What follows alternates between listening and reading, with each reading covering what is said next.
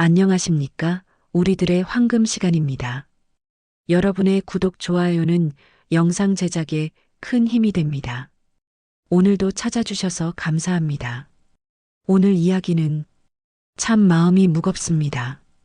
2019년 5월 전남 순천에서 일어난 일인데요. 결혼을 불과 한 달 앞둔 예비 신부가 자신의 집에서 숨진 채 발견됐습니다. 처음엔 그냥 급작스러운 사망인 줄 알았습니다. 외상도 거의 없었습니다.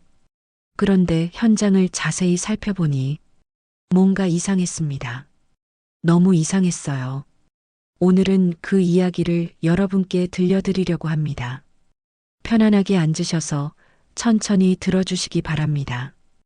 2019년 5월 27일 월요일 오후 평범한 날이었습니다. 시계는 오후 3시 39분을 가리키고 있었습니다. 전남 순천시의 한 아파트 단지에 119 구급차와 경찰차가 동시에 출동했습니다. 신고를 받고 달려간 곳은 14층에 있는 한 가구였습니다. 문을 열고 들어가자 안방 침대 위에 이불을 덮은 채 누워있는 여성이 보였습니다. 그녀의 이름은 강현주 씨 32살이었습니다. 직업은 학원 강사였습니다. 결혼을 한 달 앞둔 예비 신부였습니다. 행복한 날들을 앞둔 분이었죠. 처음 본 현장은 그렇게 수상해 보이지 않았습니다. 외상도 거의 없었고 그냥 조용히 누워 계신 것 같았습니다. 급성 심정지나 뇌출혈 같은 질환으로 돌아가신 건가 처음엔 그렇게 생각이 들었습니다. 그런데 119 대원들이 현주 씨의 머리를 살짝 들어보는 순간 분위기가 싸늘하게 변했습니다. 뒤통수에 출혈이 있었습니다. 머리카락은 젖어 있었습니다. 그리고 무엇보다 이상한 건 머리카락에 작은 나무 조각들이 붙어 있었습니다. 흙도 묻어 있었고요. 집안에서 돌아가셨는데 왜 흙과 나무 조각이 머리카락에 붙어 있을까요? 출동한 경찰은 집안을 더 자세히 살펴보기 시작했습니다. 안방 바닥을 보니 누군가 걸레질을 한 흔적이 선명했습니다. 그런데 방 구석구석을 보니 쓸려 들어간 흙과 나뭇잎들이 보였습니다. 집안에서 돌아가셨는데 왜 바깥에 흙과 나뭇잎이 있을까요? 그것도 안방 구석까지요? 더 이상한 건 현주 씨의 몸 상태였습니다. 옷은 제대로 입고 있지 않았고 어딘가 끌려온 듯한 흔적이 있었습니다. 경찰은 직감했습니다. 이건 단순한 변사가 아니었습니다. 그날 오후 현장은 즉시 통제됐고 본격적인 살인사건 수사가 시작됐습니다. 그런데 여기서 의문이 생깁니다. 현주 씨는 대체 어디서 다친 걸까요? 머리카락에 묻은 흙과 나무 조각은 어디서 온 걸까요? 경찰은 아파트 곳곳을 수색했습니다. 그리고 6층 화단에서 충격적인 흔적을 발견합니다. 화단의 나무 아래 흙이 파헤쳐진 자국이 있었습니다. 그리고 그 주변에 피가 묻어 있었습니다. 14층에서 6층 화단으로 현주 씨가 추락한 걸까요? 아니면 누군가 밀어낸 걸까요? 더 큰 의문은 그 다음이었습니다. 6층 화단에서 다쳤다면 어떻게 다시 14층 안방 침대까지 올라간 걸까요? 혼자 올라갈 수 있는 상태가 아니었을 텐데 말입니다. 경찰은 아파트 단지 곳곳에 설치된 CCTV를 전부 확보했습니다.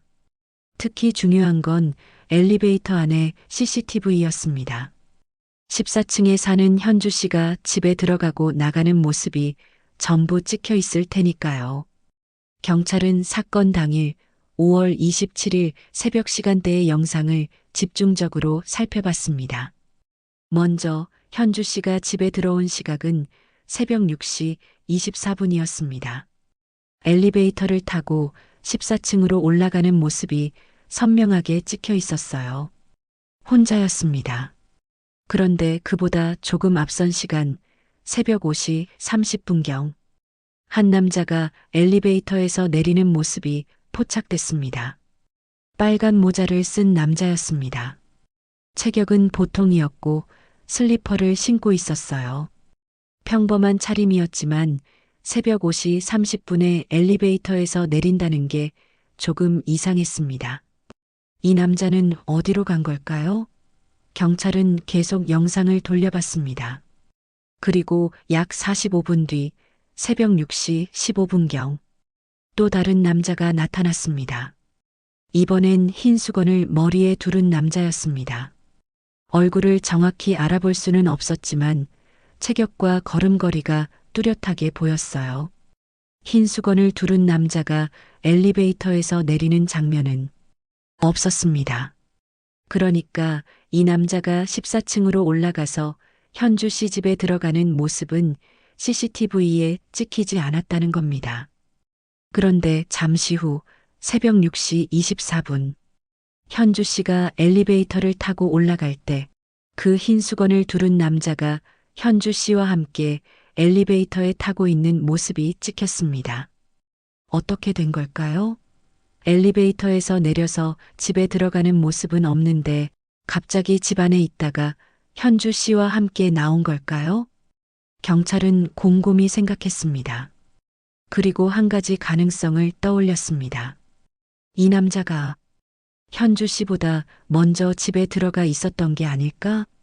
그렇다면 어떻게 들어갔을까요? 현주 씨가 집에 들어가기 전에 누군가 먼저 집에 들어가 있었다는 건데 열쇠는 어떻게 구한 걸까요? 경찰은 더 앞선 시간대의 영상을 다시 확인했습니다. 그리고 놀라운 사실을 발견합니다. 새벽 5시 30분에 나타난 빨간 모자의 남자. 이 남자가 14층 복도를 왔다 갔다 하는 모습이 포착됐습니다. 마치 누군가를 기다리는 것처럼요. 그리고 이 남자가 사라진 직후 흰 수건을 두른 남자가 나타난 겁니다. 경찰은 직감했습니다. 이 두 남자가 한패다. 그리고 이들 중 한 명이 현주 씨를 해친 범인이었습니다. 경찰은 즉시 피해자의 약혼자를 불러 CCTV 영상을 보여줬습니다. 약혼자분도 충격을 받으셨습니다. 자신의 약혼녀가 낯선 남자와 함께 엘리베이터를 타고 있는 모습을 보게 된 거니까요. 경찰이 물었습니다. 이 남자들을 아십니까? 특히 흰 수건을 두른 남자 말입니다. 약혼자는 영상을 반복해서 봤습니다. 얼굴은 잘 보이지 않았지만 체격과 걸음걸이 그리고 옷차림을 유심히 살펴봤어요. 그리고 잠시 후 약혼자의 얼굴이 창백해졌습니다. 이 사람, 제 직장 후배 같습니다. 정민수라는 친구인데 경찰은 즉시 몸을 일으켰습니다. 확실합니까? 네, 걸음걸이랑 체격이 민수가 맞는 것 같아요. 근데 왜 민수가? 약혼자는 믿을 수 없다는 표정이었습니다. 자신의 후배가 그것도 가까운 직장 동료가 약혼녀에게 무슨 짓을 한 건지 상상도 할 수 없었던 거죠. 다음 편으로 계속됩니다.